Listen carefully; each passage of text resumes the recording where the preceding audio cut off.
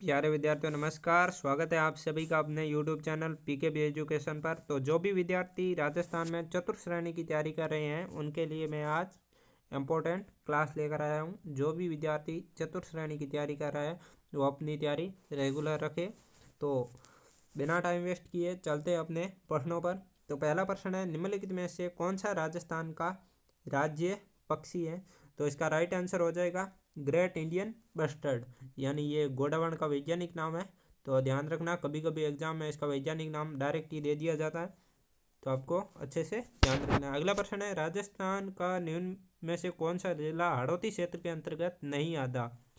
तो कोटा भी आता है, बरन यानी बूंदी क्षेत्र, बरड़ या बूंदी क्षेत्र का नाम ही है बरन, और अगला एक बूंदी। तो ध्यान रखना पाली है जो इसमें नहीं आता है, तो इसका राइट आंसर हो जाएगा डी। अगले प्रश्न की ओर चलते हैं। अगला प्रश्न है हमारा, कालीबंगल एक प्रागैतिहासिक स्थल राजस्थान के किस जिले में है? तो इसका राइट आंसर हो जाएगा हनुमानगढ़। ये किस नदी पर है? घग्गर नदी पर है। तो आपको ध्यान रखना है नदी कौन सी है, घग्गर नदी है। और कालीबंगा की खोज किसने की थी? अमलानंद घोष ने की थी, ध्यान रखना है। और सौंदर्य प्रसाधन के लिए जो राजस्थान में सभ्यता प्रसिद्ध है वो कौन सी है? कालीबंगा। कालीबंगा है जो काली चूड़ियों शब्द से ही इसका नाम बना है। अगला प्रश्न है हमारा, राजस्थान के निम्नलिखित में से कौन सा जिला पाकिस्तान के साथ सीमा साझा नहीं करता? तो इसका राइट आंसर हो जाएगा जोधपुर। ये सभी तीनों, बाड़मेर, जैसलमेर और श्रीगंगानगर, ये सभी की सभी तीनों ही सीमा है जो पाकिस्तान के साथ बनाते हैं, परंतु जोधपुर है जो नहीं बनाता है। तो आजकल ऐसे प्रश्न पूछे जाते हैं कि कौन से सीमा नहीं बनाता है और कौन सा सीमा बनाता है, तो आपको अच्छे से ध्यान रखना है। अगला प्रश्न है हमारा कि राजस्थान का कौन सा नृत्य रूप यूनेस्को की अमूर्त सांस्कृतिक विरासत सूची में शामिल है? तो इसका राइट आंसर हो जाएगा कालबेलिया, जो यूनेस्को की सूची में शामिल किया हुआ नृत्य है। इंपॉर्टेंट है, ध्यान रखना, प्रश्न पूछा जाता है। अगला प्रश्न है, केवलादेव राष्ट्रीय उद्यान राजस्थान के किस जिले में स्थित है? तो केवलादेव राष्ट्रीय उद्यान भरतपुर में, ध्यान रखना, अच्छा प्रश्न है। तो अगले प्रश्न की ओर चलते हैं। अगला प्रश्न है हमारा, जयसमंद झील दुनिया की दूसरी सबसे बड़ी और एशिया की पहली कृत्रिम झील मानी जाती है। यह राजस्थान के किस जिले में स्थित है? तो ये राजसमंद में स्थित है।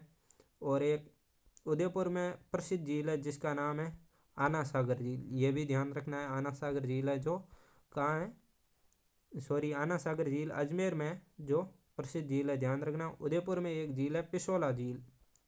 उदयपुर में कौन सी झील है? पिशोला झील है।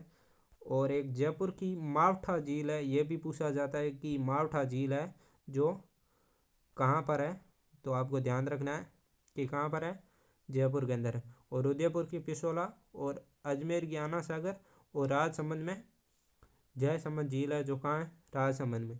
और ऐसे भी पूछ लिया जाता है इस प्रश्न को कि एशिया की पहली कृत्रिम झील मानी जाती है, तो आपको ध्यान रखना है राजसमंद झील है जो एशिया की पहली कृत्रिम झील है। अगला प्रश्न है हमारा, राजस्थान की किस नदी को वन की आशा या जंगल की आशा के नाम से जाना जाता है? कभी कभी ये दोनों ही शब्द न दे के या वर्णाशा भी दे दिया जाता है कि वर्णाशा है जो किस अपने नदी का अन्य नाम है, तो वो बनास। तो इसका राइट आंसर ए हो जाएगा। अगले प्रश्न की ओर चलते हैं। अगला प्रश्न है हमारा, राजस्थान के किस जिले को द गोल्डन सिटी उपनाम दिया गया है? तो इसका राइट आंसर हो जाएगा जैसलमेर। यह अभी पिछली सीईटी प्रश्न में, सीईटी जो हुई थी 12th लेवल की, उसमें ये एग्ज़ाम में पूछ लिया गया था कि गोल्डन सिटी के नाम से किस जिले को जाना जाता है, तो जैसलमेर को। अच्छा प्रश्न है, ध्यान रखना। अगला प्रश्न है, 84 खंभों की छतरी या 84 खंभों वाली छतरी है जो राजस्थान के किस जिले में स्थित है? तो इसका राइट आंसर बूंदी हो जाएगा। ये अब मैं क्या बताऊं, कम से कम 10 बार तो इसको पूछ लिया गया है, परंतु फिर भी पूछ लिया जाता है। तो अगला प्रश्न है हमारा, वो है राजस्थान राज्य की स्थापना दिवस है जो कब है? तो इसका राइट आंसर हो जाएगा 1 नवंबर। 1 नवंबर 1956 से, मतलब मूल रूप से अस्तित्व में आया, तभी से ये राज्य की स्थापना दिवस मनाते हैं।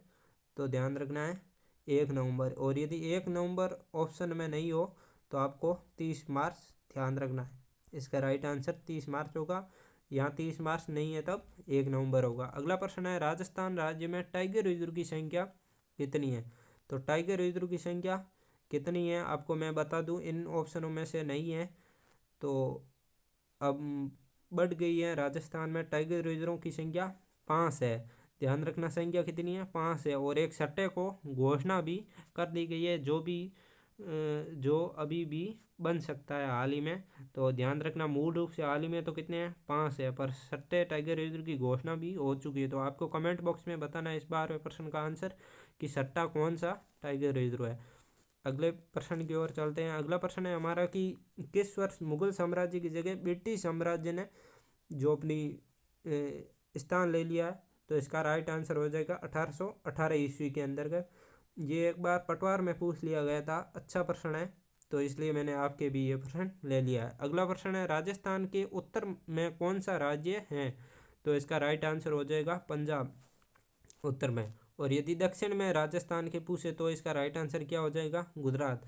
परंतु इस प्रश्न के अनुसार इसका राइट आंसर क्या है, सी इसका राइट आंसर हो जाएगा। अगला प्रश्न की ओर चलते हैं। अगला प्रश्न है हमारा राजस्थान का राजकीय पशु है। तो इसका राइट आंसर हो जाएगा चिंकारा। इस प्रश्न को ध्यान से देखना, ये प्रश्न दो तरीके से पूछ लिया जाता है एग्जामों में। एक तो है कि राजस्थान का जो वन्य जीव है उसके आधार पर जो राजकीय पशु है वो तो हो जाएगा हमारा चिंकारा। और एक पालतू पशु के आधार पर यदि हमारा पूछ लिया जाए कि राजकीय पशु कौन सा है, तो इसका राइट आंसर हो जाएगा ऊँट। तो दोनों प्रश्न ध्यान रखना है, आपको इम्पोर्टेंट प्रश्न है।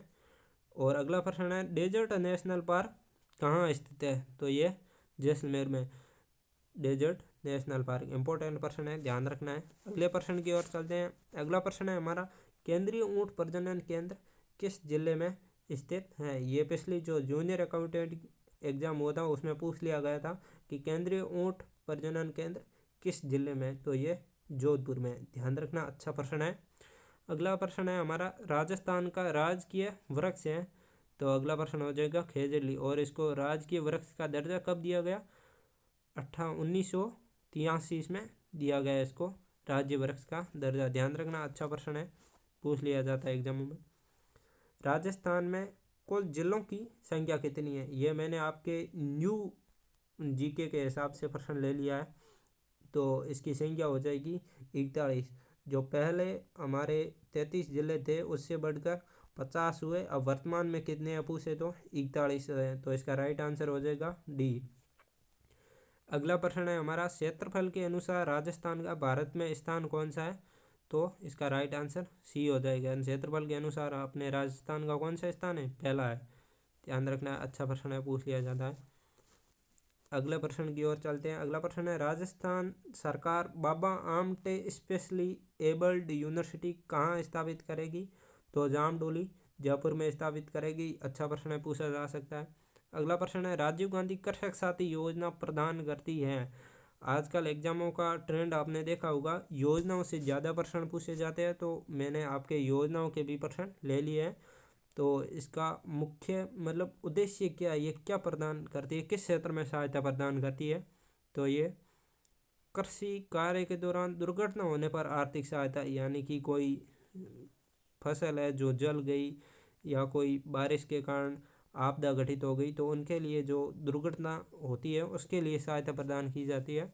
तो ये 50,000 से 2 लाख तक भी सहायता इसमें प्रदान की जाती है। ध्यान रखना, कभी कभी ये भी पूछ लिया जाता है कि इसमें कितनी सहायता दी जाती है और इसका उद्देश्य क्या है। इम्पोर्टेंट प्रश्न है, ध्यान रखने। अगले प्रश्न की ओर चलते हैं। हमारा अगला प्रश्न है हमारा कि आई स्टार्ट संबंधित हैं, यानी आई स्टार्ट का संबंध किससे है। तो स्टार्टअप पारिस्थितिकी तंत्र से संबंध है।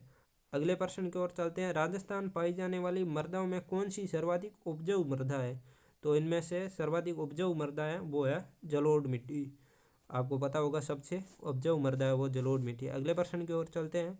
अगला प्रश्न है राजस्थान का सबसे बड़ा भाग है, यानी जो क्षेत्रफल के आधार पर देखें तो इनमें से कौन सा सबसे बड़ा भाग है, जो वो मरुस्थल हो जाएगा। सबसे बड़ा भाग है जो मरुस्थल हो जाएगा, समथिंग 61% के लगभग ये हो जाएगा हमारा मरुस्थल। और इसमें कभी कभी ये भी पूछ लिया जाता है कि मरुस्थल में जो जनसंख्या है जो कितने प्रतिशत निवास करती है। तो ध्यान रखना 40% जनसंख्या है जो मरुस्थल में निवास करती है। अगला प्रश्न है राजस्थान की सबसे ऊंची चोटी कौन सी है? तो आपको बता दूं इसका राइट आंसर हो जाएगा गुरु शिखर।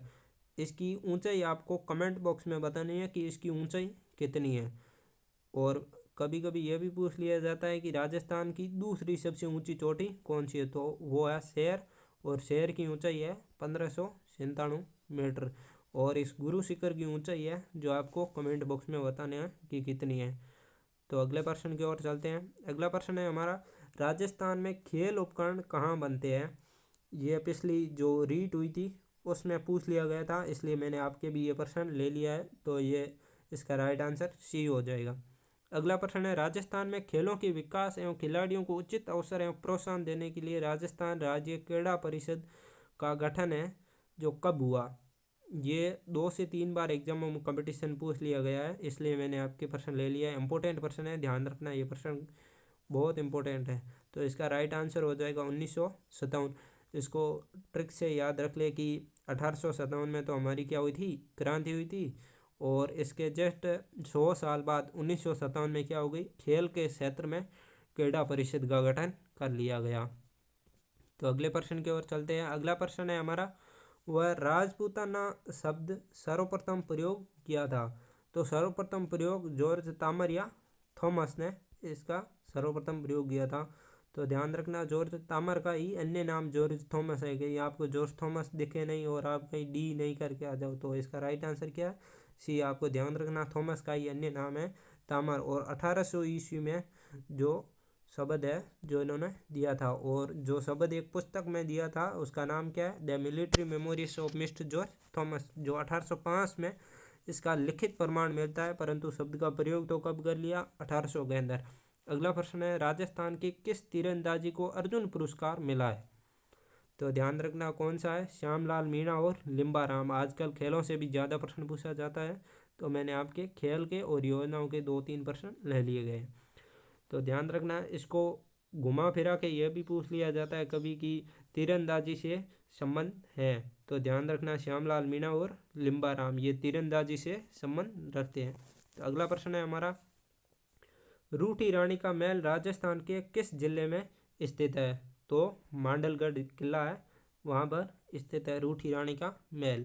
अगला प्रश्न है, राज्य में पुरुष साक्षरता किस जिले में सबसे ज़्यादा है? तो पुरुष साक्षरता सबसे ज़्यादा कहाँ है, झुंझुनू के अंतर्गत है।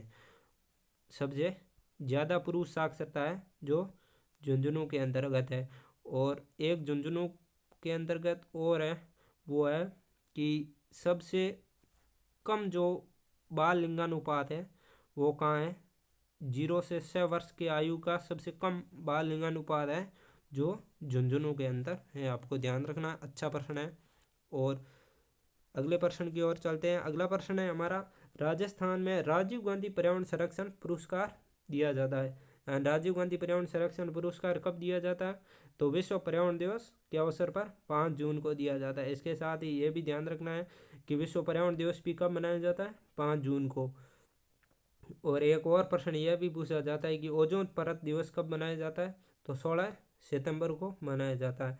तो आपको ध्यान रखना, ये राजीव गांधी पर्यावरण संरक्षण पुरस्कार है, ये ओनली विश्व पर्यावरण दिवस के अवसर पर ही दिया जाता है, न कि राजीव गांधी के जन्म दिवस पर नहीं दिया जाता है। ये विश्व पर्यावरण दिवस पर दिया जाता है। तो आपको ध्यान रखना है कि राजीव गांधी पर्यावरण संरक्षण पुरस्कार कब दिया जाता है, तो 5 जून को। अगला प्रश्न है हमारा, पोंपा बाई की पोल नामक पुस्तक किसने लिखी?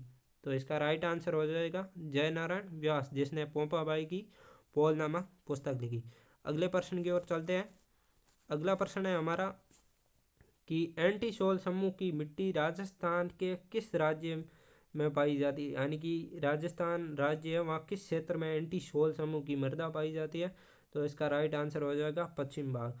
और एंटीसोल है जो मृदा समूह है जो वैज्ञानिक आधार पे विभाजन का एक भाग है एंटीसोल। इस तरह से राजस्थान में वैज्ञानिक वर्गीकरण है जो मिट्टियों का, जो कितने भागों में किया जाता है यह भी प्रश्न पूछा जाता है। तो 5 भागों में वैज्ञानिक वर्गीकरण किया गया है मिट्टियों का। अगला प्रश्न है, राजस्थान के किस स्थान पर पटवारी प्रशिक्षण विद्यालय नहीं है? ये 2 से 3 बार एग्जामों में पूछ लिया गया है, नया प्रश्न है, इसलिए मैंने आपके भी ले लिया है। तो इसका राइट आंसर चित्तौड़गढ़ हो जाएगा। अगले प्रश्न की ओर चलते हैं। अगला प्रश्न है हमारा कि फ्रैंकफर्ट संधि कब संपन्न हुई। जो संधि है फ्रैंकफर्ट की वो कब संपन्न हुई। आपको 1871 तो याद है, परंतु आपको साथ में ध्यान रखना होगा, ये संधि इम्पोर्टेंट है, इसकी डेट भी पूछी जाती है। तो 10 मई 1871 को हुई थी फ्रैंकफर्ट संधि। अगला प्रश्न है विश्व पर्यटन दिवस कब मनाया जाता है। तो विश्व पर्यटन दिवस है जो 27 सितंबर को मनाया जाता है, ध्यान रखना, अच्छा प्रश्न है। अगले प्रश्न की ओर चलते हैं। अगला प्रश्न है हमारा कि जनगणना 2011 के अनुसार भारत एवं राजस्थान में कुल श्रमिकों में सीमांत श्रमिकों का प्रतिशत इस प्रकार है, यानी कि जो भारत के अंतर्गत श्रमिकों का सीमांत श्रमिकों का प्रतिशत है वो 24.8% है और राजस्थान में भी 29.8% है। तो ध्यान रखना, भारत के जो सीमांत श्रमिकों का प्रतिशत है उससे राजस्थान में सीमांत श्रमिकों का प्रतिशत क्या है, थोड़ा सा ज़्यादा है। अगला प्रश्न है 1 फरवरी 2019 को राजस्थान में शुरू की गई मुख्यमंत्री युवा संबल योजना का संबंध है। तो इसका संबंध हो जाएगा युवाओं के लिए ऋण योजना, यानी ये युवाओं को ऋण उपलब्ध कराने के लिए ये योजना लाई गई है, ध्यान रखना। इसकी डेट इंपॉर्टेंट है, 1 फरवरी 2019 मुख्यमंत्री युवा संबल योजना। इसके साथ एक और योजनाओं से अच्छा प्रश्न पूछा जाता है, वो है कुसुम योजना। कुसुम योजना है जो पूछी जाती है, इम्पोर्टेंट है। जो इसकी शुरुआत है कुसुम योजना की जो 2019-20 में हुई थी और इसका उद्देश्य कुसुम योजना का ध्यान रखना वो है किसानों को ऊर्जा में आत्मनिर्भर बनाना। किसानों को ऊर्जा के क्षेत्र में क्या बनाना है, आत्मनिर्भर बनाना कुसुम योजना का मुख्य उद्देश्य है।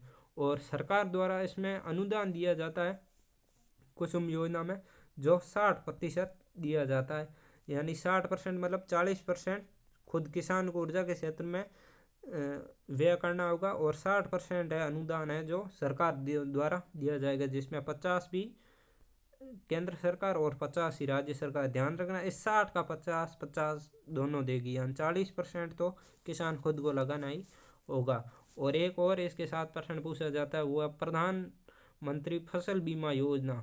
प्रधानमंत्री फसल बीमा योजना है, इसकी शुरुआत प्रधानमंत्री फसल बीमा योजना की शुरुआत भी कब हुई, 2015 में हुई है, ध्यान रखना, अच्छा प्रश्न है। और इस प्रधानमंत्री फसल बीमा योजना है, इसमें जो राजस्थान का क्लेम निस्तारण और बीमा वितरण में क्या है, फर्स्ट स्थान है। ऐसे भी पूछ लिया जाता है कि किस योजना के तहत राजस्थान का क्लेम निस्तारण और बीमा वितरण में फर्स्ट स्थान है, तो वो ध्यान रखना प्रधानमंत्री फसल बीमा योजना के अंतर्गत है।